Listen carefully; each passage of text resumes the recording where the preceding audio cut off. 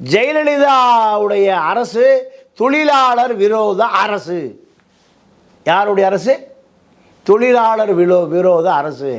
தொழிலாளிகள் தமிழ்நாட்டு ஜெயலலிதா அரசாங்கத்தால் வஞ்சிக்கப்படுகிறார்கள், சிறையில் அடைக்கப்படுகிறார்கள். அங்கே கம்யூனிஸ்ட் கட்சியை நடத்த முடியல. மணிக்கணக்காக பேசலாம்.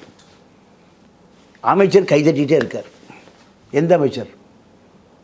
ஜெயலலிதாவினுடைய ஆட்சியில் தேர்ந்தெடுக்கப்பட்டு சட்டமன்ற உறுப்பினராகி தொழிலாளர் நலத்துறை அமைச்சராக இருந்தவர் எங்கே? பம்பாயில் கைதட்டிகிட்டே இருக்கார்.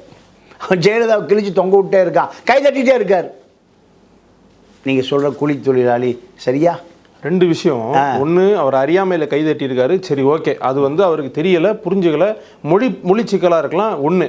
இன்னொன்று, நீங்கள் எந்த மொழியில் பேசினாலும் தமிழில் மொழிபெயர்ப்பு அதெல்லாம் பார்லிமெண்ட்டில் இருக்குல்ல, அது இன்னைக்கு இருக்கு, இல்லை அன்னைக்கே இருந்தது. சரி ஓகே, அவருக்கு இருக்கு, அவர் புரியலை, அவர் வந்து சரியான ஒரு புரிதல் இல்லை, கைதட்டிட்டார். ஒன்று.